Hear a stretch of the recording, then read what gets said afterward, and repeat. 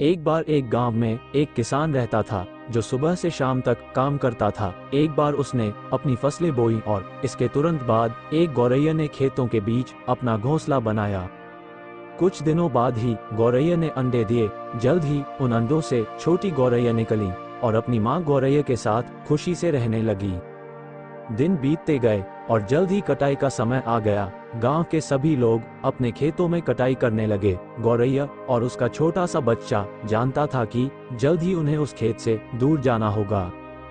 किसान कुछ काम के लिए गया और गौरैया ने किसान को ये कहते हुए सुना, मैं अपने पड़ोसी को बुलाऊंगा और उन्हें मेरे खेत में फसल का काम शुरू करने के लिए कहूंगा।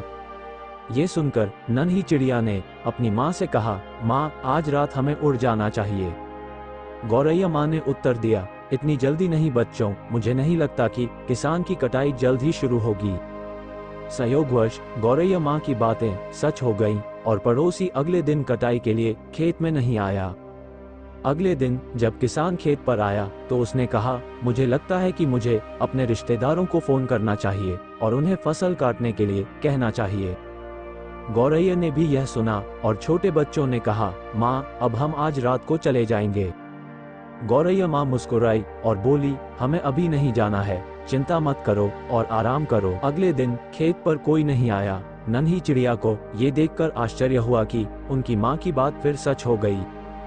फिर किसान खेत में आया और गौरैया ने उसे खुद से बातें करते हुए सुना। उसने कहा, कल मैं खुद ही खेत में कटाई शुरू कर दूंगा।